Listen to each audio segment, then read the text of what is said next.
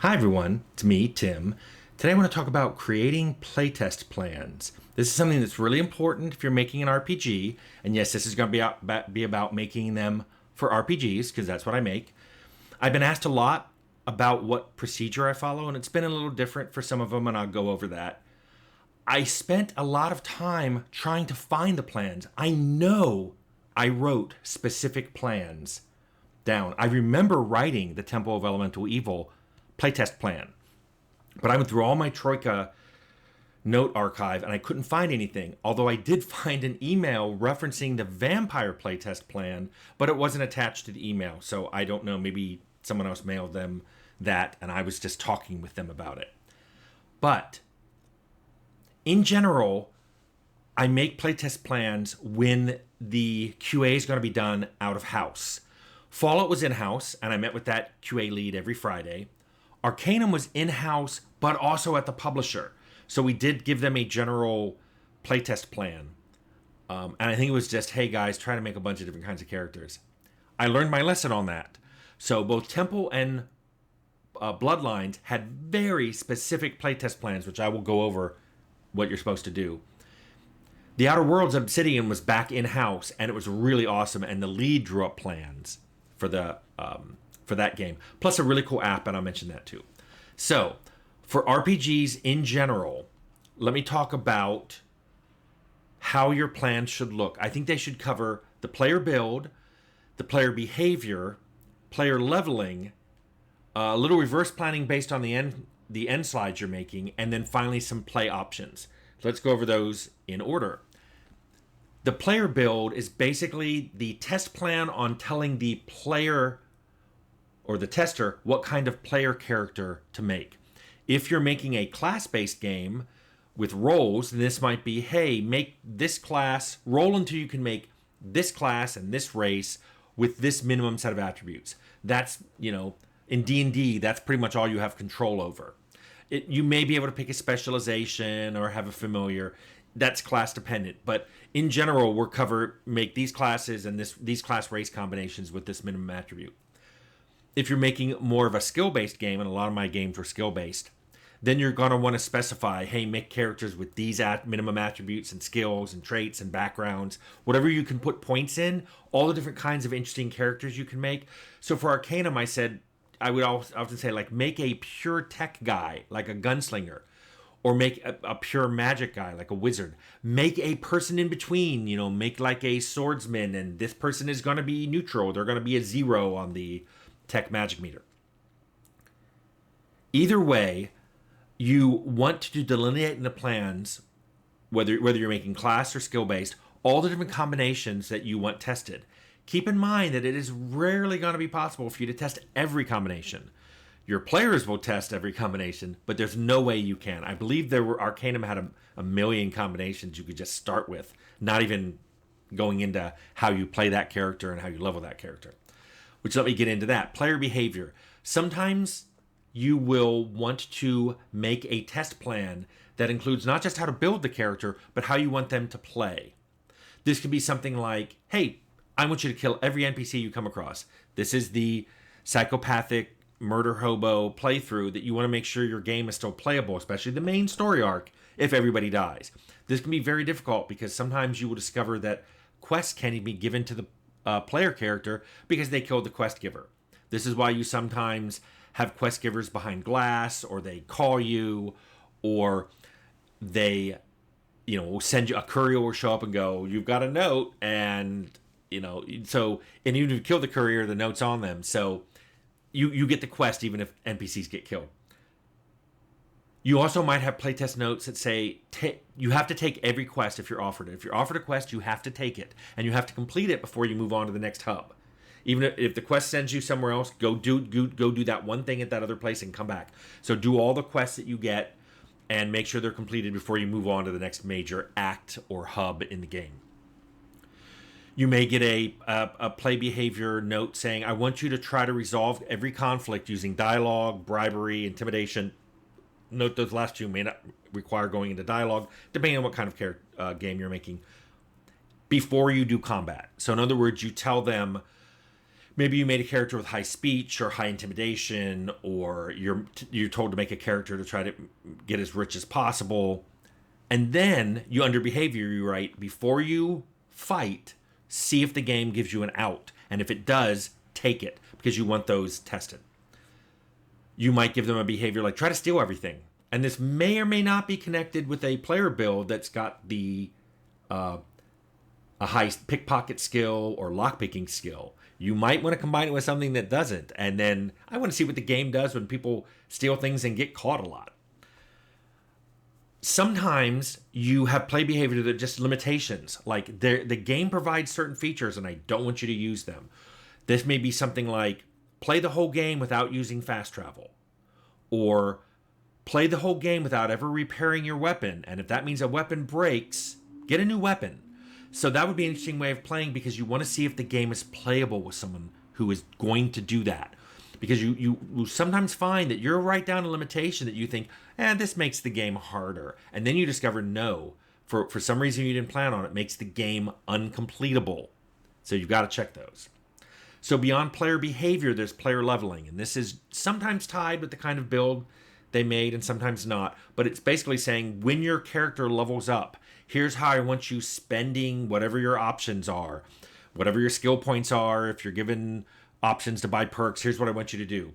These can range from, hey, multi-class early, and if you can do it more than once, multi-class often. Or it may be pick 3 skills, and those are the only ones I want you to spend points in. Or it may be, hey, pick a few skill categories, maybe like combat and thieving, and only spend your points and skills in those categories. You can spend in any ones you want, but don't spend in any other skill category. Or it may be, if the game offers you a flaw, take it. Don't think about it, just take it. These kind of player leveling schemes as part of the plan have led to some really interesting bugs being found in my game. And so that's something you should definitely say, not just what kind of build I want you to make, but how I want you to level that character later. And then I mentioned end slides. End slides often have to be reverse engineered. The only person who really knows what end slides are going to be is whoever designs them. And then, of course, when they get scripted or coded, there are conditions that are put on them to make them trigger. So you definitely want to test those conditions. I may have had a game or two that didn't have proper conditions on the end slides. Anyway, that means you start with what slides are there, and then you look at their conditions, what should trigger them, and you make plans on that. These plans may be things like, for particular companions, take them or don't, or finish their quest line or don't, or get them to the end game or let them die, because you know that there are slides that are going to trigger based on that. You may have towns. Maybe you want to say, never go to this town. There's no main story quest that will take you there. Never go there. I want to see this slide go up. Or it may be finish all the quest lines in that town. Just that town. So you don't have to finish every quest you get, but do every quest line in that town. Or kill everybody in that town. Arrive at that town, kill everybody. Don't talk to them. Don't try to turn in any quests. Just kill everybody in that town. You want to see an end slide show up. Basically, reverse engineer the conditions from your end slides and make some play tests that include additional player behavior that are entirely designed to elicit those end slides, and then see if they show up. And then finally, there's something called play options. And this is for non-RPGs too, but this is one thing that takes all the things I just mentioned, all the combinatorics I just mentioned, and makes them even more complicated. The first is difficulty. You may have story, easy, normal, hard, super hard. You need to play on all those difficulty modes, which probably factor into everything I just said. Play all of those on as many different difficulty modes as you can handle. If you have a performance mode versus a quality appearance mode, try playing it both ways. Make sure you go everywhere. Try to do all the side quests, because you never know if something's going to pop up and it's going to run really slow on the quality appearance mode. On a PC, you have so many options. I have a whole video on min-spec. When to determine min-spec, how to determine what that min-spec will be. Well, QA should be testing on a min-spec machine. Usually it's assigned to some QA person who will complain about it. I usually let them have 2 machines, min-spec and a good one, and they can go back and forth. But you also need to test on a wide variety of machines. QA especially should have different video cards in all their machines, different amounts of memory, different CPUs, just to see what happens when you play the game. That's called stress testing. I have a whole video on stress testing. I'll link it below. On a PC, you also want to test controller versus keyboard if your game supports both. You'd be surprised at how many things work flawlessly on one, and then there are complaints either it doesn't work, or it's hard to use this menu, or it's hard to do this attack. You also want to test windowed versus full screen. And there's also full screen and full screen, windowless full screen. You want to test all those. I'm not even getting into all the different resolutions you can set depending on what the variety of machine you're playing. Different resolutions on different size monitors, having people play on big curved monitors or stretching it across 2 monitors. You got to test all that on a PC. I mean, you want to if you're putting out on consoles, you want to test consoles as well. Consoles usually have far less options. It's usually, do they have a hard drive or not? Xbox had the S versus X, and the S was a slower machine. So you want to test all those combinations as well. Here's one that we learned our lesson on in one game, and we always put this in the test plan from then on. Have someone pause the game, or everybody can do this. When you're done at the end of the day, pause the game and go home. Don't close it. Just let it sit there paused all night. If you really want to stress test it, find some place in the game you think is safe and just leave it running. Don't even leave the pause. Don't bring up the pause window. Just have your character go into the store and stand there and leave and come back the next day. I can't tell you how many bugs were found this way. Either a crash bug because some event triggered and it crashed, or memory bugs because it slowly is using up memory, and it's so little you don't notice, but when you leave it running for 12, 15 hours overnight, you discover that. So that's a good one. The pause and come back the next day is a great one. In general, those are the big ones. Each one of those will have what I call plan elements. They can be very short and sweet. They can be very, very specific in their detail. For example, you may say, hey, make a Dex character and kill everyone. It's that simple. Or you may make a very detailed one going, I need you to have this skill up to 20. This attribute has to be a minimum of 10. Then I want you to go and gamble at Smoky Pete's Casino until you make $2 million. Very specific line. Sometimes I tell QA why I'm testing that, but sometimes I don't. Maybe there's an event that's supposed to happen if you get $2 million. Maybe there's that slide that's supposed to appear at the end of the game, so nothing seems to happen. Then when they finish the game, they get some slide about being a double millionaire at Smoky Pete's.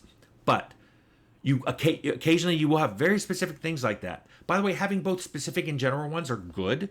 Some QA people love doing very specific ones. Like, I'm going to go do that exact thing. Others are just like, I hate when I'm being told exactly what to do. Okay, just go to this town and kill everyone. Okay. Both of those are good. By the way, I mentioned this before, but when we did Outer Worlds, the lead Taylor Swope actually made a test plan generator. So whenever somebody in his QA department sat down to play Outer Worlds, they would run this thing and it would say, build this kind of character and here's how you play. And the play was all kinds of funny things, including kill everyone. Or one of them was, whenever you pick up a drug, take it immediately.